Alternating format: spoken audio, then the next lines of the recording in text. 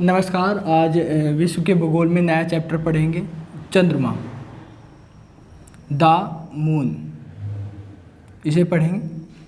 अच्छा चैप्टर है, 2-4 क्वेश्चन आ ही जाते हैं एक वनडे एग्जाम में। देखो चंद्रमा क्या है, सबसे पहले तो यही देखेंगे। और चंद्रमा का अध्ययन किस में होता है। देखो चंद्रमा का अध्ययन करने के लिए जो विषय को चुना गया है उसका नाम है सेलेनोलॉजी। सेलेनोलॉजी में चंद्रमा का अध्ययन होता है। पहले तो यही क्वेश्चन आता है कि चंद्रमा का अध्ययन किस विषय में किया जाता है, तो चंद्रमा का अध्ययन सेलेनोलॉजी में किया जाता है। अब बात करते हैं चंद्रमा की। चंद्रमा क्या है? चंद्रमा एक उपग्रह है। एक उपग्रह है। किसका उपग्रह है? ये उपग्रह है पृथ्वी का। अब देखो यहाँ से क्वेश्चन उठता है कि उपग्रह क्या होता है। क्या होता है उपग्रह? जो खगोलीय पिंड, खगोलीय पिंड का मतलब ब्रह्मांड में घूमने वाले जो पिंड हैं उन्हें खगोलीय पिंड कहते हैं। जो खगोलीय पिंड अपने ग्रह के चारों ओर घूमते हैं। मान लिया कोई ग्रह है, ग्रह के अपने ग्रह के चारों ओर जो घूमते हैं उन्हें क्या कहते हैं? उन्हें कहते हैं उपग्रह। उन्हें उपग्रह कहा जाता है। देखो उपग्रह अपने ग्रह के तो चारों ओर घूमते ही घूमते हैं, परंतु ये सूर्य के चारों ओर परिक्रमा भी करते हैं। अब ये आप कह सकते हो, देखो यहाँ से अलग क्वेश्चन आ जाता है कि क्या उपग्रह सूर्य के चक्कर लगाती है? हाँ बिल्कुल लगाते हैं। देखो कैसे, मान लिया सूरज है, ठीक है, और इसके चारों ओर चक्कर कौन लगा रहा है? ग्रह। और ग्रह के चारों ओर चक्कर कौन लगा रहा है? उपग्रह। तो उपग्रह भी तो इसके चारों ओर चक्कर लगाएगा। तो यहाँ से ये भी क्वेश्चन बन जाता है कि उपग्रह, क्या उपग्रह सूर्य के चारों ओर चक्कर लगाता है? तो लगाता है बिल्कुल। अब चंद्रमा की बात करते हैं। चंद्रमा एक उपग्रह है और वो किस ग्रह का उपग्रह है? उसका नाम है पृथ्वी। देखो यदि हमने पढ़ा भी है थोड़े दिन पहले, सौरमंडल पढ़ा है। पहले बुध आता है, फिर शुक्र आता है, इन दोनों के कोई उपग्रह नहीं है। फिर आता है पृथ्वी। पृथ्वी के एक उपग्रह है जिसका नाम क्या रखा हमने? चंद्रमा रखा। जिसका नाम हमने चंद्रमा रखा है, ठीक है। पृथ्वी का एक उपग्रह है। अब देखो चंद्रमा को जीवाश्म ग्रह भी कहा जाता है। जीवाश्म ग्रह क्यों कहा जाता है? इसका भी एक कारण है। देखो जीवाश्म ग्रह इसलिए कहा जाता है क्योंकि इस चंद्रमा पर किसी भी प्रकार के जीवन नहीं पाया जाता, इसलिए इसे जीवाश्म ग्रह भी कहा जाता है। अब थोड़ा सा आगे बढ़ते हैं चंद्रमा की विशेषताओं में। देखो चंद्रमा का जो परिक्रमा है और परिभ्रमण है, परिभ्रमण दोनों एक है। परिक्रमण और परिभ्रमण दोनों एक है। कितनी है? 27 दिन 7 घंटे। 27 दिन 7 घंटे इसका परिक्रमण है और परिभ्रमण भी 27 दिन 7 घंटे है। कहने का क्या मतलब है कि जो ये पृथ्वी है, मान लिया ये पृथ्वी है, पृथ्वी के चारों ओर जो चक्कर लगाता है इसे कहते हैं परिक्रमण। ये चंद्रमा पृथ्वी के चारों ओर जो चक्कर लगाते हैं कितने दिन में लगाते हैं? 27 दिन 7 घंटे। और यदि बात करेंगे चंद्रमा अपने अक्ष पर भी तो घूमेगा, जिसे घूर्णन कहते हैं, परिभ्रमण कहते हैं।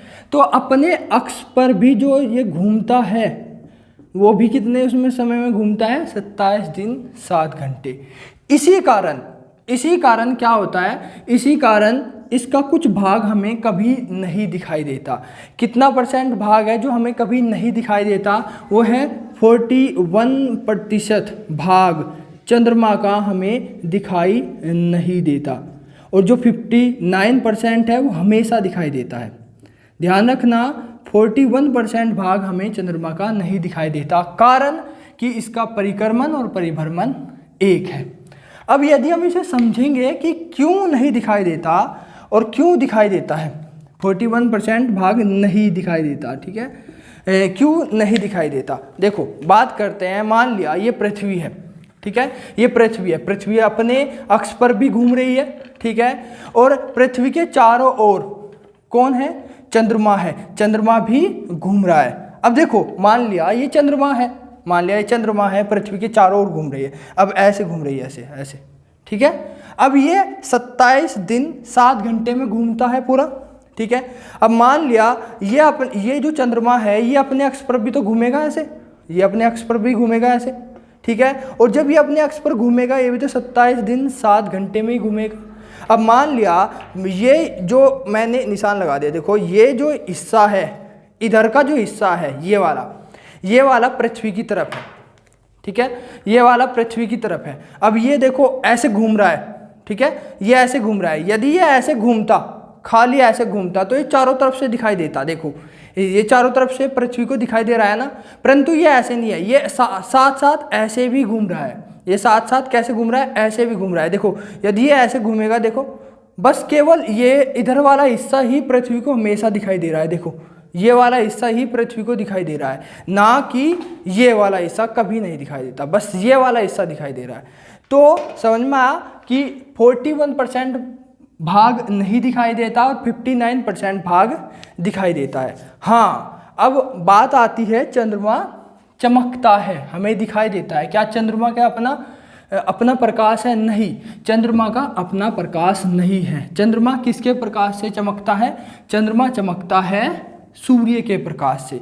कैसे होता है ये देखो, ये जैसे मान लिया यहाँ सूर्य है हमारा, ठीक है, सूर्य का प्रकाश कहाँ पड़ता है? चंद्रमा की सतह पर पड़ता है। अब देखो सूर्य का प्रकाश चंद्रमा की सतह पर पड़ा और चंद्रमा की सतह से टकराकर कहाँ पड़ेगा? पृथ्वी पर पड़ेगा। तो पृथ्वी के इस हिस्से में जितने भी देश पड़ेंगे उसमें चंद्रमा दिखाई देगा। अब देखो ये जो प्रकाश है इस पर पड़ा और ये टकराकर यहाँ पड़ा, ठीक है, तो चंद्रमा का अपना प्रकाश नहीं है, चंद्रमा सूर्य के प्रकाश से चमकता है। एक बात और है, चंद्रमा जो दिखाई देता है, चंद्रमा में काले काले धब्बे दिखाई देते हैं, ऐसा क्यों होता है? वो काले काले जो धब्बे हैं, क्या चंद्रमा का चेहरा है या कुछ और है? नहीं, वे चंद्रमा में स्थित बहुत बड़े बड़े गड्ढे हैं, बहुत ज़्यादा बड़े बड़े गड्ढे हैं। क्यों हुए गड्ढे? देखो चंद्रमा पर वायुमंडल नहीं है। अब देखो चंद्रमा पर वायुमंडल नहीं है, इसी कारण चंद्रमा पर लगातार खगोलीय पिंड गिरते रहते हैं। जब वो खगोलीय पिंड गिरेंगे, उस पर ऐसे गिरेंगे, स्पीड से गिरेंगे, तो वे गड्ढे कर देते हैं। अब देखो खगोलीय पिंड तो पृथ्वी पर भी आते हैं, कहते हैं कि उल्का पिंड यहाँ गिर गया, वहाँ गिर गया। होता क्या है, पृथ्वी के ऊपर वायुमंडल है, वायुमंडल बहुत तेज़ी से घूम रही है पृथ्वी, तो वायुमंडल में भी वायु भी बहुत तेज़ी से घूम रही है। यदि कोई खगोलीय पिंड आता भी है पृथ्वी पर तो वो टूट जाता है, टूट कर भुरभुरा जाता है। देखा भी होगा टूटता हुआ तारा जिसे कहा जाता है, वो टूटता हुआ तारा नहीं होता, वो होता है एक खगोलीय पिंड जो होता है, वो पृथ्वी की कक्षा में आ जाता है और वो पृथ्वी पर गिरने की कोशिश करता है। तो पृथ्वी के ऊपर जो वायुमंडल है उसके घर्षण के कारण, जब वो उसमें घर्षण होगा ना, ठीक है, क्यों? क्योंकि पृथ्वी पर ऊपर की ओर जो सतह है, वायुमंडल है, वो बहुत तेज़ी से घूम रही है, और जब वो उसके वायुमंडल की संपर्क में आएगा तो क्या होगा, उसमें घर्षण होगा, और घर्षण होने के बाद क्या हो जाएगा, वो जलने लगेगा, और जलने लगने के मतलब बहुत स्पीड से जलेगा और पृथ्वी से ऐसे दिखाई देगा जैसे कोई टूटता हुआ तारा दिखाई दे रहा है, और वो स्पीड से जाएगा ऐसे टूटता हुआ, और कभी कभी वो कभी कभी तो एकदम राख बन जाता है और कभी कभी नहीं बन पाता, यदि वो इतना उसका आकार इतना बड़ा है और पृथ्वी तक पहुँचते पहुँचते वो छोटा हो जाता है। क्यों? घर्षण के कारण जल जाता है वो। तो यदि वो पृथ्वी पर गिर गया तो उसे कहते हैं उल्का पिंड, उल्का पिंड। और यदि वो नहीं गिरा और भुरभुरा के चलेगा, जलता हुआ दिखाई दिया हमें, तो क्या कहलाएगा? टूटता हुआ तारा। तो ये तो हमने अलग चीज़ पढ़ ली, ठीक है। अब यदि हम बात करेंगे, पर चंद्रमा पर ऐसा नहीं होता। चंद्रमा पर क्या होता है कि जो उल्का पिंड आते हैं, जो पिंड आते हैं, खगोलीय पिंड आते हैं, वे इससे टकराते हैं, बड़े बड़े गड्ढे कर देते हैं। मान लिया यहाँ एक गड्ढा सा कर दिया, यहाँ एक गड्ढा कर दिया, यहाँ एक गड्ढा कर दिया, बहुत गहरे गड्ढे कर देते हैं। और जब ये गहरे गड्ढे हो जाते हैं, तो जब गहरे गड्ढे होते हैं, तो जब सूर्य का प्रकाश इनसे टकराता है तो वो टकरा कर पृथ्वी तक नहीं आ पाता, टकरा कर पृथ्वी तक नहीं आ पाता, और जो प्रकाश पृथ्वी तक आ जाता है वो चंद्रमा में दिखाई देता है, जो नहीं आ पाता वहाँ क्या दिखाई देते हैं, काले धब्बे। तो इसलिए हमें चंद्रमा में काले धब्बे भी दिखाई देते हैं। समझ में आ? नेक्स्ट पढ़ते हैं, जो चंद्रमा है उसका व्यास कितना है। देखो चंद्रमा का व्यास जो है वो 3476 किलोमीटर है। व्यास कितना है इसका, 3476 किलोमीटर है। अब यहाँ से एक तो व्यास आ गया। अब एक और बात है, इसका जो गुरुत्वाकर्षण है, चंद्रमा का जो गुरुत्वाकर्षण है वो पृथ्वी का कितना है, 1/6 है। मतलब यदि कोई व्यक्ति पृथ्वी पर है, वो चल रहा है, सामान्य स्थिति में चल रहा है, परंतु वो चंद्रमा पर कूद कर चलेगा, क्योंकि वहाँ वो भारहीन हो जाएगा। कहने का मतलब यदि पृथ्वी पर हमारा भार 60 किलो है तो चंद्रमा पर अपने आप कितना हो जाएगा, 60 गुना 1/6, 10 किलो के हो जाएंगे, हम हल्के हो जाएंगे और कूद कर जाएंगे। ठीक है, तो एक ये चीज़ देखी हमने। नेक्स्ट पढ़ते हैं। देखो चंद्रमा पृथ्वी के चारों ओर चक्कर लगाता है एक दीर्घवृत्ताकार कक्षा में। दीर्घवृत्ताकार कक्षा में चारों ओर चक्कर लगाता है। मान लिया है पृथ्वी है, पृथ्वी के चारों ओर चक्कर लगाएगा ऐसे। अब देखो एक दीर्घवृत्ताकार, प्रबलाकार भी कह सकते हैं, प्रबलाकार आकृति में चक्कर लगाएगा, तो इसका मतलब यह तो है नहीं कि हर जगह से इसकी दूरी सामान्य होगी, नहीं हो सकती। तो बस यहीं से ही क्वेश्चन आता है कि सबसे ज़्यादा दूरी पृथ्वी और चंद्रमा की कितनी है, सबसे कम दूरी कितनी है, और इसे क्या कहते हैं और इसे क्या कहते हैं। ठीक है, अब देखो ये जो दूरी है ये है 4,06,000 किलोमीटर, 4,06,000 किलोमीटर। और इसे कहते क्या है, इसे कहते हैं अपभू कहा जाता है इसको। ठीक है, और यदि बात करें सबसे कम दूरी जो है वो कितनी है, 3,64,000 किलोमीटर, 3,64,000 किलोमीटर। और इसे क्या कहते हैं, उपभू, इसे उपभू कहा जाता है। ठीक है, तो पृथ्वी से चंद्रमा तक की अधिकतम दूरी को अपभू कहा जाता है, न्यूनतम दूरी को उपभू कहते हैं। और यदि वो पूछ ले कि माध्यमिक दूरी बताए, बस थोड़ा मतलब औसत बता दे, दूरी का औसत कितना है, दोनों को जोड़ो बटे 2 कर दो, तो 3,84,000 किलोमीटर लगभग आएगी। ठीक है, 3,84,000 किलोमीटर माध्यमिक दूरी है। 3 स्थितियाँ पढ़नी हैं जो एग्जाम में आती हैं। सबसे पहले है सुपर मून। ठीक है, सुपर मून किसे कहा जाता है, पूछा जाता है कि सुपर मून है क्या, सुपर मून क्या है। देखो सुपर मून, जब देखो पृथ्वी है, पृथ्वी के चारों ओर चक्कर लगा रही है चंद्रमा, जब ये चारों ओर चक्कर लगाता है तो एक स्थिति ऐसी आती है जब ये पृथ्वी के बिल्कुल पास आता है। एक स्थिति जो मैंने अभी थोड़ी देर पहले बताई वो आती है जो सबसे पास आ जाता है। और ये कितने पास आता है, 3,64,000 किलोमीटर, लगभग 3,64,000 किलोमीटर पास आ जाता है। जब ये पास आ जाता है, इस स्थिति में ही हमें सुपर मून दिखाई देता है, क्योंकि ये पास आ गया तो बड़ा दिखाई देगा, हमें बहुत बड़ा दिखाई देगा। और कितने % बड़ा होता है ये होता है 14% बड़ा होता है, इसका आकार बड़ा हो जाता है, 14% बड़ा हो जाता है। और चमकीला कितना होता है, ये 30% ज़्यादा चमकीला दिखाई देता है और मून की तरह सापेक्ष। ठीक है, तो 3,64,000 किलोमीटर पर स्थित जब न्यूनतम दूरी होती है पृथ्वी और सूर्य के बीच, उस स्थिति को ही सुपर मून कहा जाता है। उस टाइम, उस समय सुपर मून, जो मून दिखाई देता है हमें 14% ज़्यादा बड़ा दिखाई देता है और चमकीला 30% ज़्यादा दिखाई देता है। अब आता है ब्लू मून। ब्लू मून किसे कहते हैं, देखो ब्लू मून जो होता है इसका संबंध किसी नीले रंग से नहीं है, इसका संबंध किसी नीले रंग से नहीं है। ये इसका मतलब है जब लगातार